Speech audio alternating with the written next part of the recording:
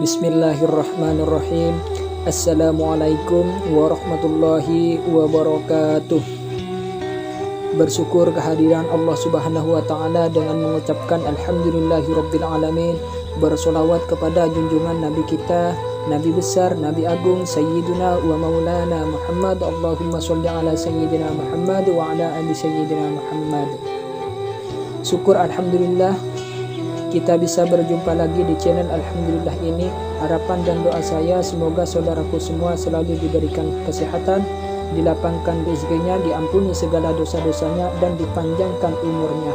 Amin, amin, ya rabbal alamin. Sahabat beriman yang dirahmati Allah Subhanahu wa taala, kita semua sadar bahwasanya kelak kita akan mengalami kematian. Sisa hidup yang kita jalani sekarang ini hanyalah menunggu waktu, menunggu giliran nyawa kita akan dicabut oleh malaikat maut. Dan dari sinilah kehidupan yang sesungguhnya baru dimulai. Saat manusia meninggal maka akan terputus semua amalannya kecuali 3 perkara ini, yakni sedekah jariyah, ilmu yang bermanfaat, dan anak yang soleh yang mendoakannya. Hal ini sebagaimana yang pernah diriwayatkan oleh Abu Hurairah radhiyallahu anhu, bahwa Rasulullah Shallallahu alaihi wasallam bersabda, apabila manusia meninggal amalannya terputus kecuali 3 hal ini: sedekah jariyah, ilmu yang bermanfaat, dan anak yang soleh yang mendoakannya. Hadis riwayat An-Nasa'i dan Tirmidzi. Sebagaimana seorang muslim yang sadar akan pentingnya bekal amal di hari kiamat, tentu akan sangat berharap amal yang pernah kita kerjakan semasa hidupnya bisa menghantarkan menuju surga yang telah Allah sediakan. Amin, Allahumma amin. Tapi sebelum itu perlu kita ketahui terlebih dahulu tentang amal jariyah. Amal jariyah adalah amal yang akan terus mengalir meski si pengamalnya telah meninggal dunia. Amal tersebut bisa berupa amal kebaikan maupun amal keburukan. Ketika semasa hidupnya kita gemar melakukan sedekah jariyah, maka pahala sedekah itu akan terus mengalir sekalipun kita telah meninggal dunia. Kita akan terus mendapatkan kucuran selama harta atau tenaga yang kita sedekahkan masih dimanfaatkan atau membawa manfaat bagi kaum muslimin lainnya. Begitu juga dengan amal keburukan yang pernah kita kerjakan semasa hidup di dunia, kita pun akan terus mendapatkan kucuran dosa meskipun kita telah meninggal dunia. Betapa pedihnya nasib seorang mukmin yang telah meninggal namun terjerumus dalam dosa jariyah. Satu hal yang perlu kita ketahui adalah yang malaikat catat dari kehidupan kita tak hanya aktivitas dan amalan yang kita kerjakan, namun juga dampak dan pengaruh dari aktivitas dan amalan kita. Dalam Quran surah Yasin ayat 12, Allah Subhanahu wa taala sudah berfirman, sesungguhnya kami menghidupkan orang-orang yang mati dan kami menulis apa yang telah mereka kerjakan dan berkas-berkas yang mereka tinggalkan, dan segala sesuatu kami kumpulkan dalam kitab induk yang nyata, Lauh Mahfuz. Dari ayat tersebut dapat kita simpulkan bahwa orang yang melakukan amal dan aktivitas yang baik, maka insya Allah Allah Subhanahu wa ta'ala akan mencatat amal baik itu dan memberikan ganjaran dari apa yang diamalkannya.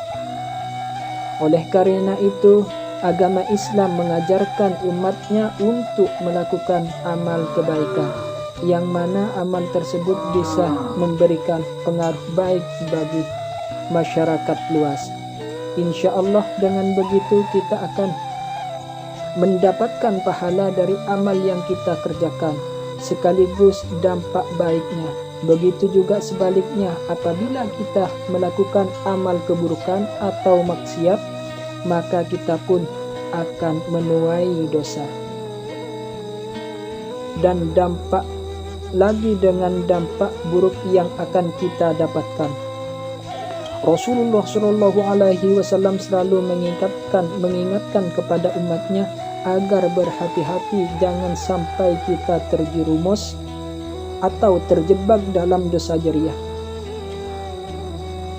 Maksudnya adalah dosa yang akan terus mengikuti pelakunya meskipun pelakunya telah meninggal dunia. Na'udzubillah.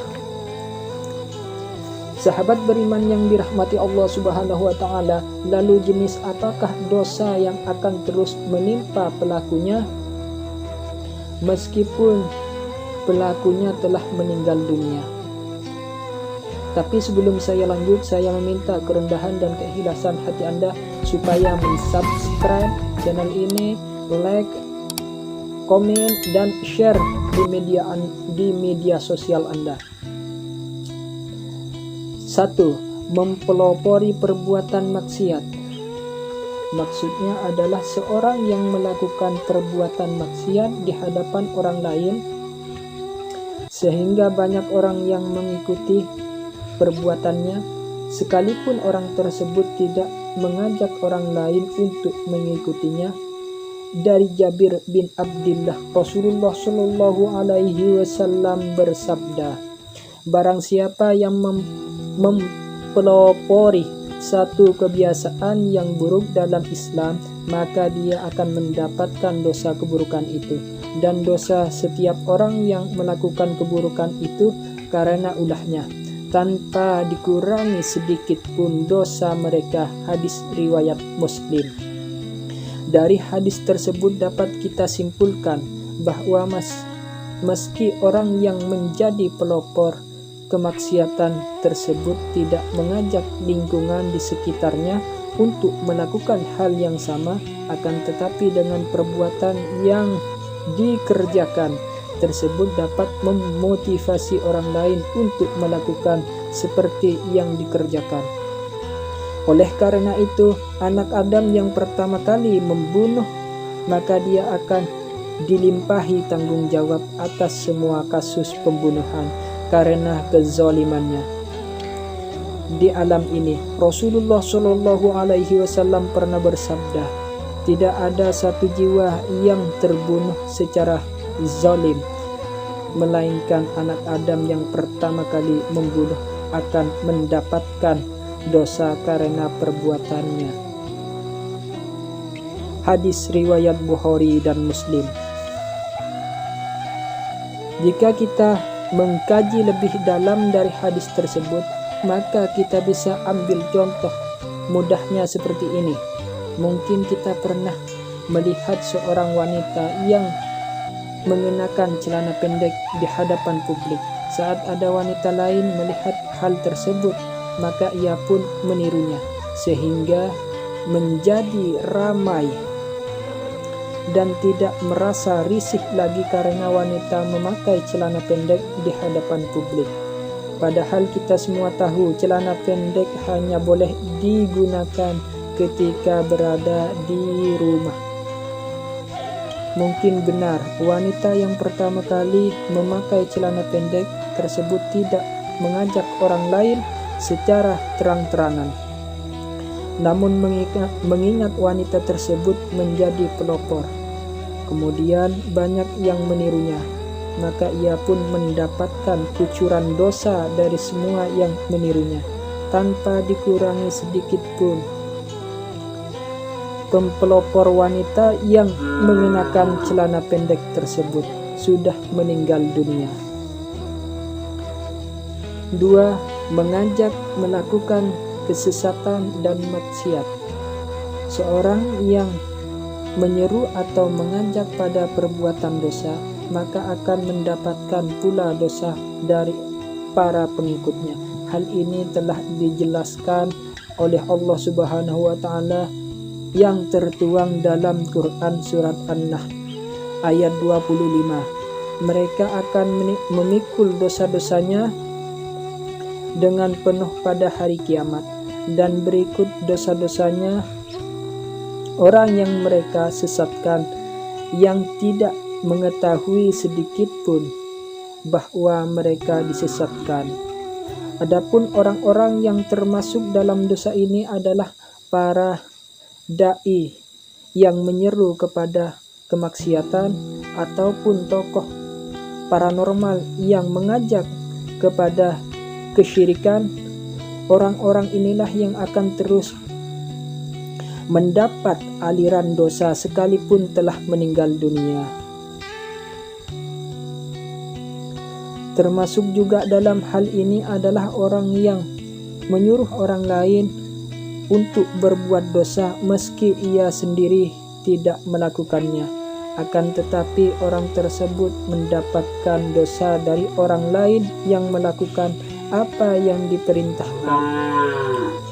Sepanjang masih ada manusia yang mengikutinya, menjalankan apa yang diperintahnya, selama itu pula orang tersebut akan turut mendapatkan limpahan dosa sekalipun jasad sudah terkubur dalam tanah.